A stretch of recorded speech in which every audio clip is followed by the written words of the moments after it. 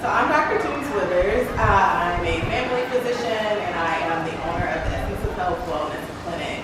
The Essence of Health Wellness Clinic is a direct primary care membership model-based clinic here in Chattanooga, Tennessee, located in downtown area on Martin Luther King Boulevard. At the Essence of Health Wellness Clinic, I service children and adults, and we place a large emphasis on using a whole food plant-based diet, exercise, and mindfulness to heal your body, prevent and manage chronic disease. I am a plant-based physician, and I followed this way of eating for several years. My journey to eating plant-based actually began with looking for ways to improve my own health.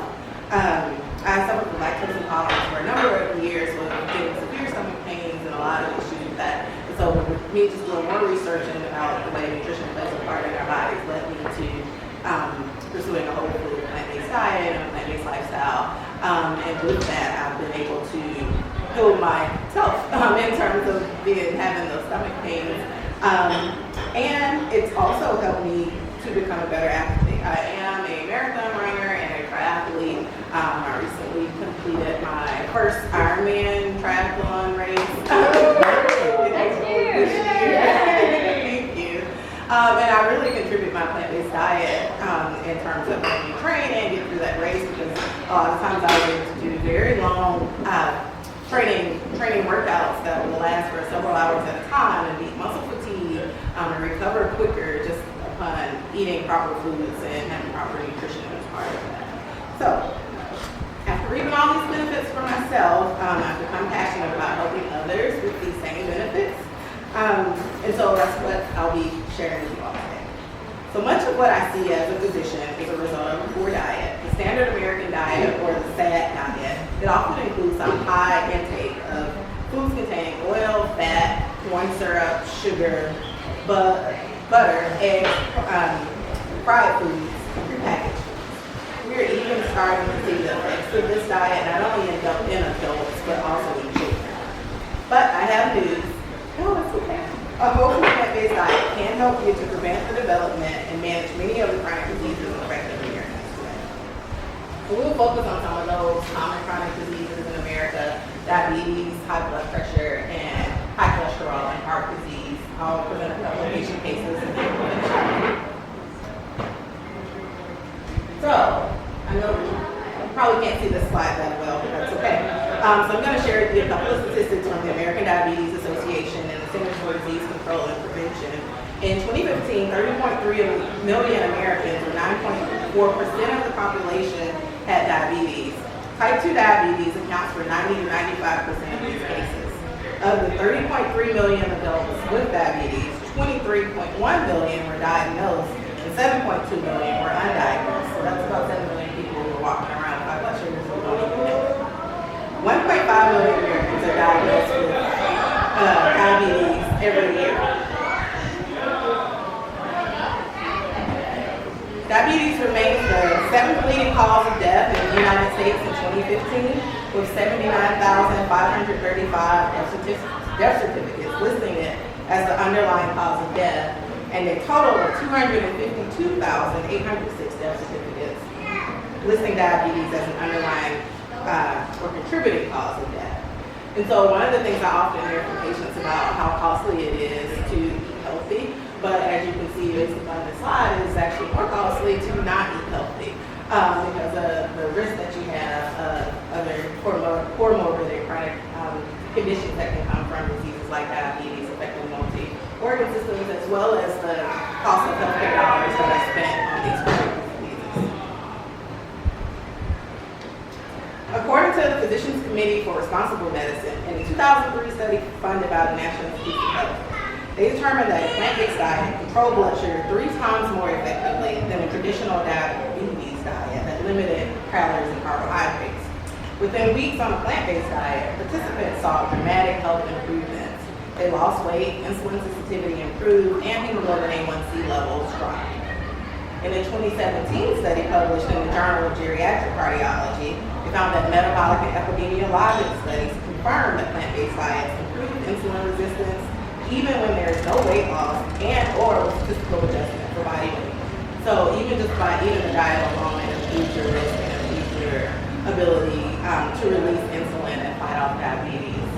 And these are ways that plants actually help to do that in terms of diabetes. Plant-based diets are high in fiber and antioxidants and magnesium. All of those things have been shown to promote insulin sensitivity, thereby reducing your risk of diabetes. Plant-based diets also tend to be low in saturated fat and other types of fat that are more associated with being resistant to insulin. So thereby lowering the fat intake upon your diet, that makes you more protected against insulin resistance.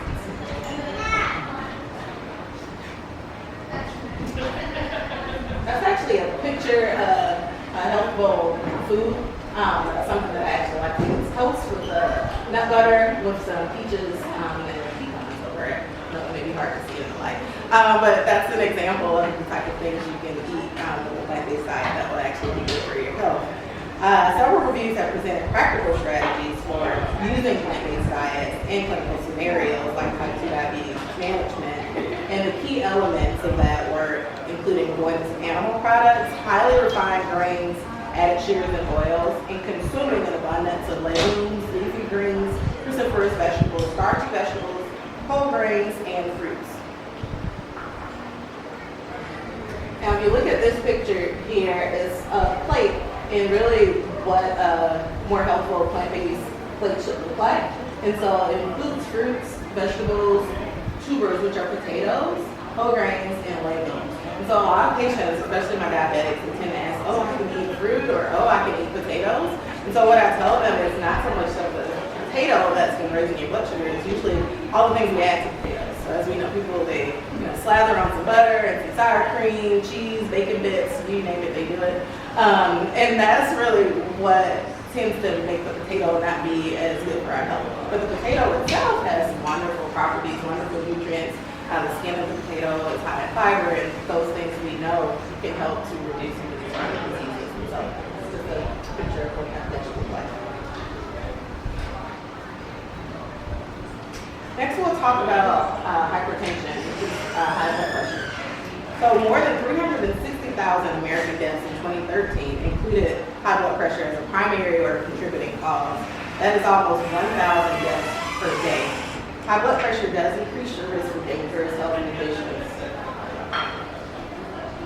About 7 of every 10 people having their first heart attack have high blood pressure. About 8 of every 10 people having their first stroke have high blood pressure. About 7 of every 10 people with chronic heart failure have high blood pressure. Kidney disease is also a major risk factor for high blood pressure.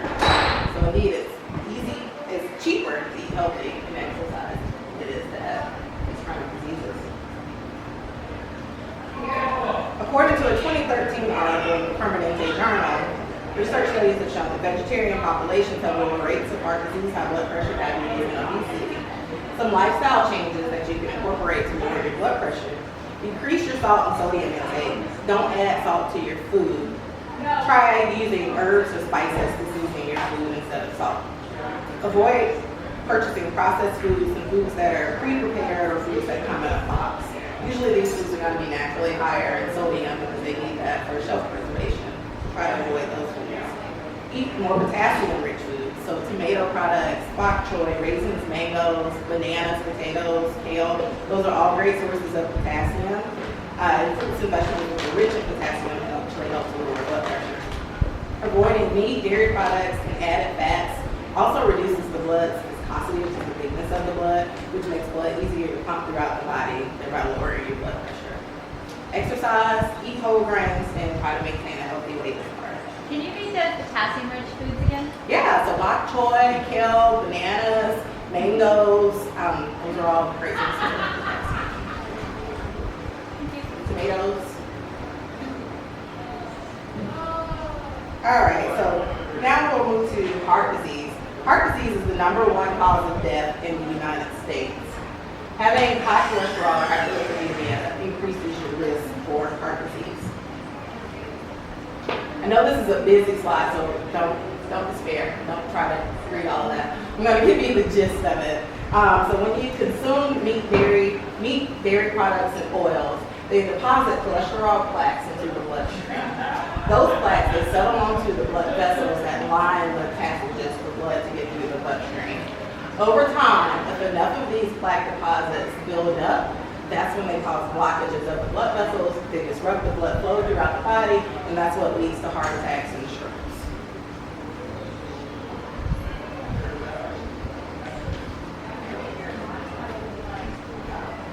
A whole food plant-based diet, free from all animal products, dairy, eggs, and oils, is shown to be helpful in preventing and reversing heart disease.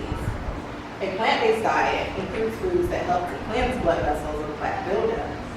Plant foods don't deposit additional excess cholesterol plaques into the bloodstream, helping to reduce your risk of cardiovascular disease. Recent studies have even shown cholesterol plaques in young children secondary to a diet like the SAD diet. So it just shows how people are dying just from our poor dietary choices. Question? Yeah, sure. I'm sorry. I was paying attention. Yeah. Is there a way to test for the amount of plaque that somebody has that they look? So that's a good question. So what we do initially usually is measure cholesterol itself. The cholesterol level and ratios of good cholesterol to bad cholesterol can tell you a lot about the overall cardiovascular health. And then there are some things now called calcium scoring, which can measure more so those plaques within the bloodstreams, and they have MRIs that they can do of the heart that can see those blood vessels and see if there are any blockages. Do you have blood cholesterol or like normal cholesterol level and still have plaque below? You can, but usually, most of the time, if your cholesterol is good, or when I say good, even below what the normal cutoffs are, I usually tell people to try to find those numbers even below what the cutoffs are, because that gives you more cardio protection than just meeting the standards. You're welcome. All right. And so this is more about dietary changes that you can use to improve the health of your heart. So diseases like type 2 diabetes, high blood pressure, heart disease, colon cancer, and certain autoimmune and rheumatologic disorders have been improved and or reversed with dietary changes to a whole food plant-based diet.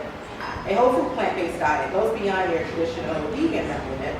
With a whole food plant-based diet, oils, sugar, and salt are usually limited or completely removed.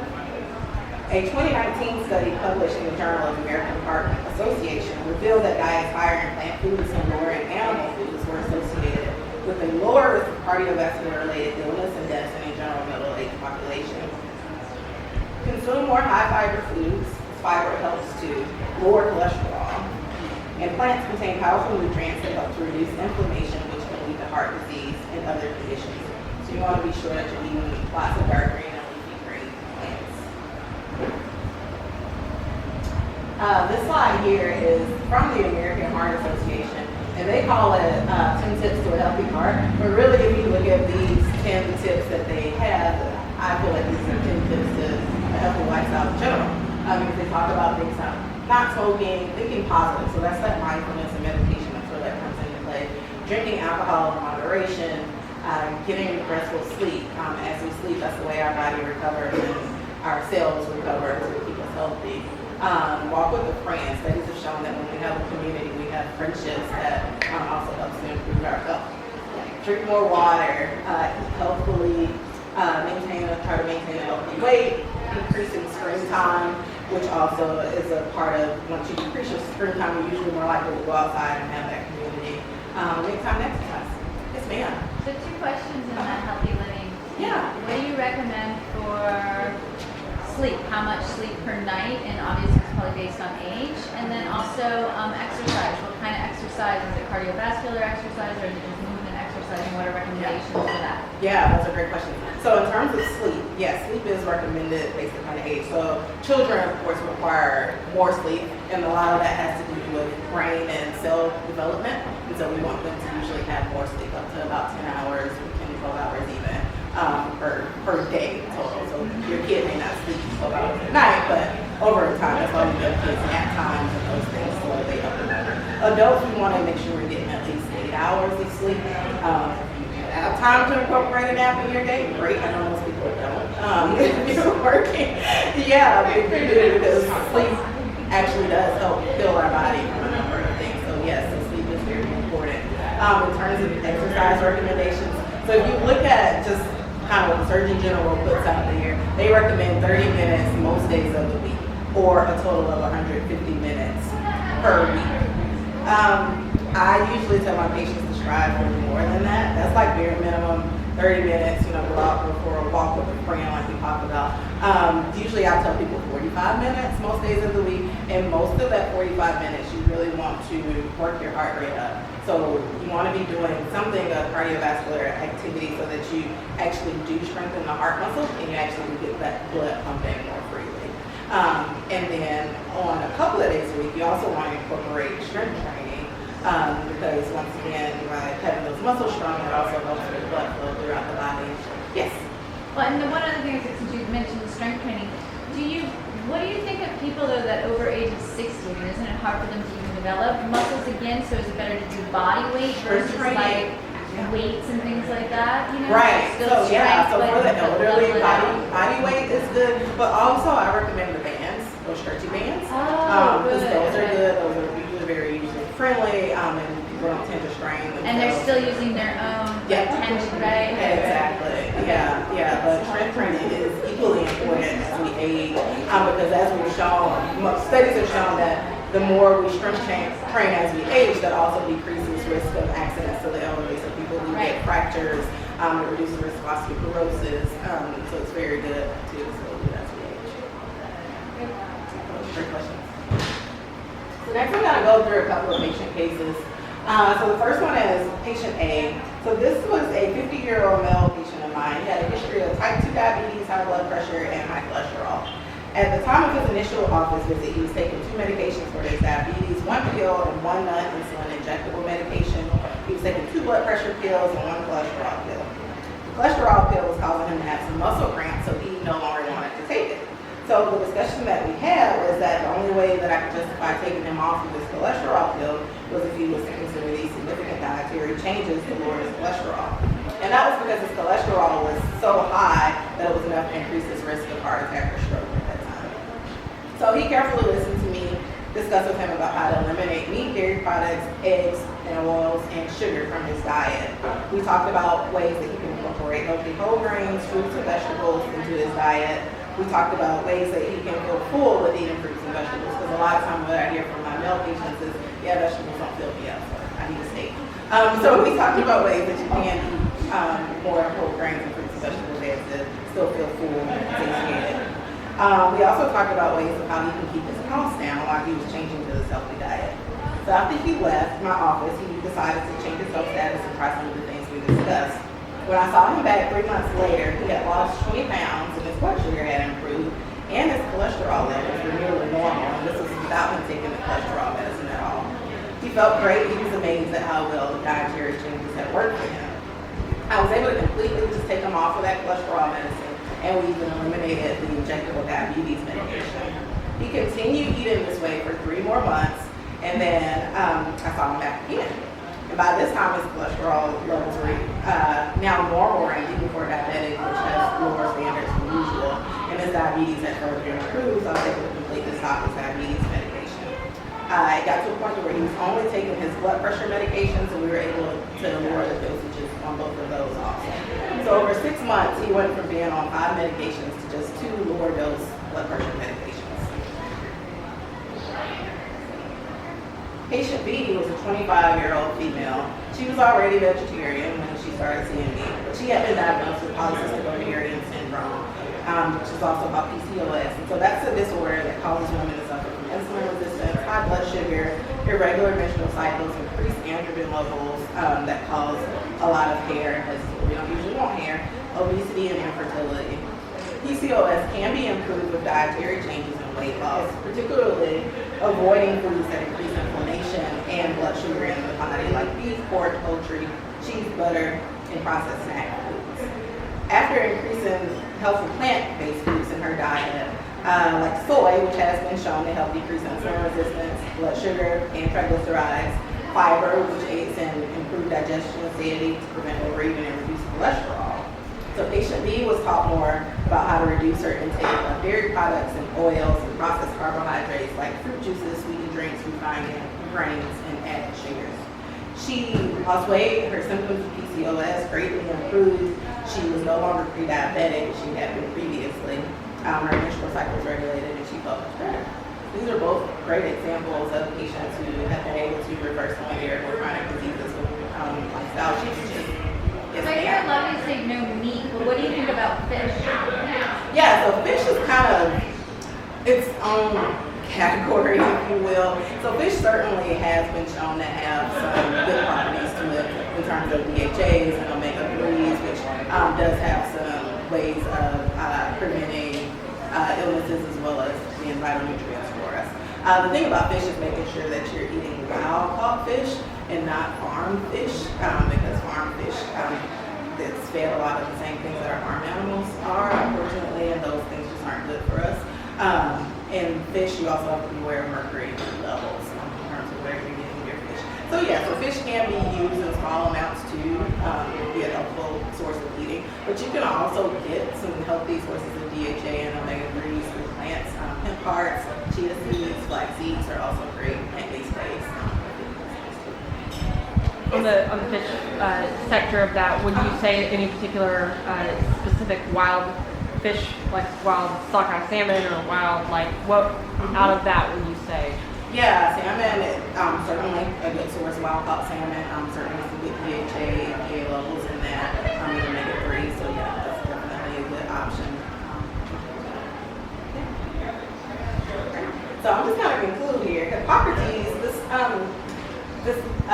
quote, "Food be thy medicine, and medicine be thy food," is from Hippocrates, who was the father of medicine.